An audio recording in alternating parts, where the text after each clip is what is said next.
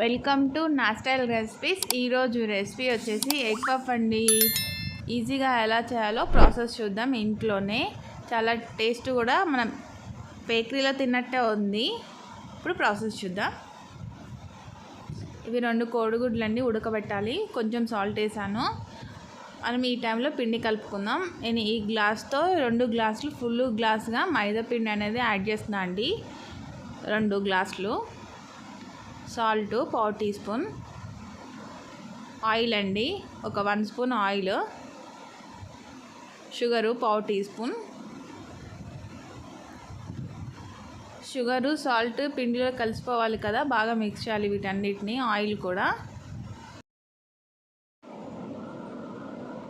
ఇప్పుడు కొంచెం కొంచెం వాటర్ యాడ్ చేసుకోవాలండి. ఇవి కూల్ వాటర్తో కలిపితే పిండి బాగా కుదురుతుంది. ఇలా మొత్తం కలిపి పెట్టేశాను. దీనికి ఒక 10 మినిట్స్ అనేది రెస్ట్ ఇవ్వాలి. కొంచెం సాఫ్ట్గానే ఉండాలండి పిండి అనేది. దీనిపైన ఒక ప్లేట్ పెట్టేసి ఒక 10 మినిట్స్ అనేది రెస్ట్ ఇద్దాం. పిండి రెడీ అయిపోయింది. ఒక 10 మినిట్స్ తర్వాత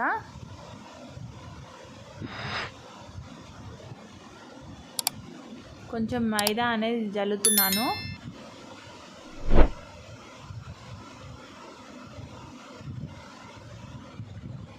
కొంచెం సాఫ్ట్గా ఉంది కదా, ఇలా మొత్తం పొడవుగా అనేది చేసుకోవాలి. కొంచెం కొంచెం మైదా యాడ్ చేస్తే ఇలా పొడవుగా చేసుకోవాలండి మైదా పిండిని. దీనిపైన ఇప్పుడు నేను బటర్ యాడ్ చేస్తున్నాను. ఈ బటర్ మొత్తం మైదాకు మొత్తం పట్టాలండి. మొత్తం అప్లై చేస్తాను, బటర్ మొత్తం రాస్తాను. దీన్ని ఫోల్డ్ చేయాలండి ఈ విధంగా అయితే ఫోల్డ్ చేయాలండి. ఇప్పుడు ఇది ఒక ప్లేట్లో పెట్టేయాలి. దీన్ని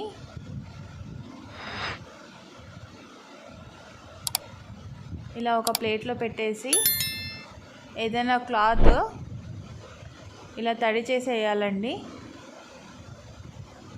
దాన్ని ఒక 10 మినిట్స్ ఫ్రిడ్జ్లో ఉంచాలి. ఇప్పుడు మనం ఆనియన్ స్టఫింగ్ రెడీ చేద్దాం. కొంచెం ఆయిల్ హీట్ అయినాక 2 స్పూన్ల ఆయిల్ హీట్ అయినాక కొంచెం జీలకర్ర వేసా అండి, 1/4 టీ స్పూన్. దాంట్లో మీడియం సైజు ఉన్న ఒక ఉల్లిపాయ, 2 పచ్చిమిర్చి, కొంచెం కరివేపాకు, 1/4 టీ స్పూన్ పసుపు. నేను ఆనియన్ ఫ్రై అవ్వకముందే వేసేస్తున్నాను, ఎందుకంటే ఇవి మగ్గుతాయి, ఫ్రై అవ్వకుండా మగ్గుతాయి అండి, కొంచెం సాఫ్ట్గా ఉంటాయి. దీంట్లో 1/4 టీ స్పూన్ అల్లం వెల్లిపాయ పేస్ట్ యాడ్ చేశాను.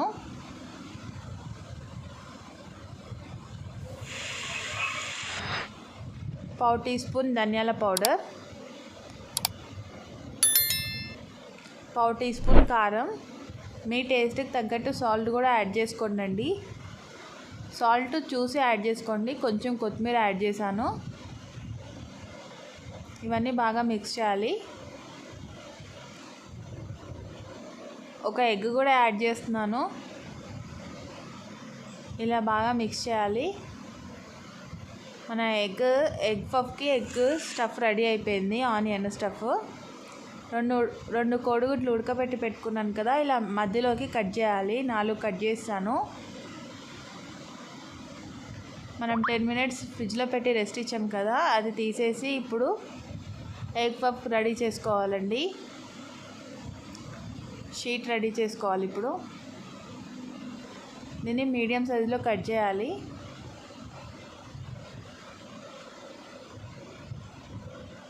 హాఫ్ తీసుకున్నాను నేను.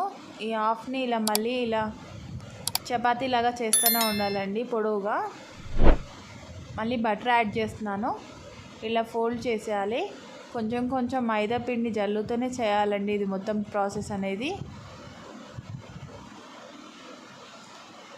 నేను చూపిస్తున్న విధంగా చేయండి.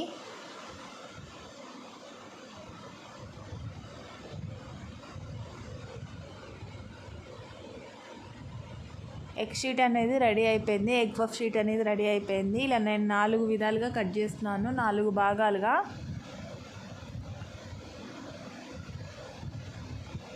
కొంచెం మందంగానే ఉండాలి, చూసారా, ఇలా ఉంటే సరిపోతుంది.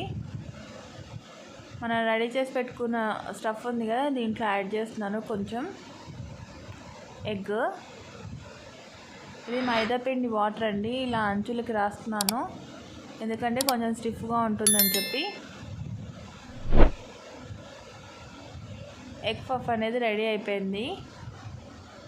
ఇలా నేను అన్నీ చేసి పెట్టేశాను.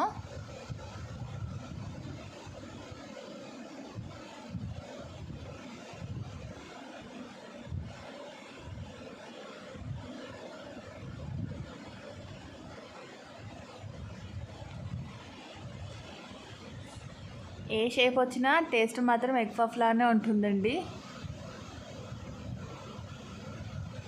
ఇలా మొత్తం ఎగ్ పఫ్స్ అన్నీ రెడీ అయిపోయినాయి. ఒక ప్లేట్ తీసుకొని దాంట్లో కొంచెం ఆయిల్ యాడ్ చేశాను. కొంచెం ఆయిల్ ఈ ప్లేట్కి మొత్తం అప్లై చేస్తున్నాను. దీంట్లో కొంచెం మైదా జల్లుతున్నాను.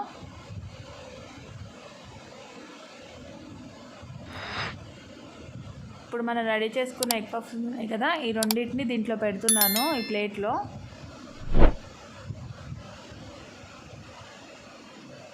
నేను ముందుగానే ఇది వేడి చేసి పెట్టుకున్నా అండి. ఒక గిన్నె తీసుకొని ఇలా ఎత్తుగా ఉన్నది ఒక ప్లేట్ పెట్టాను. దాని లోపల ఒక 15 నిమిషాలు వేడి చేసి పెట్టాను. ఆ తర్వాత ఎగ్ పఫ్ ఏదైతే ఉందో ఆ ప్లేట్ అనేది పెట్టాను.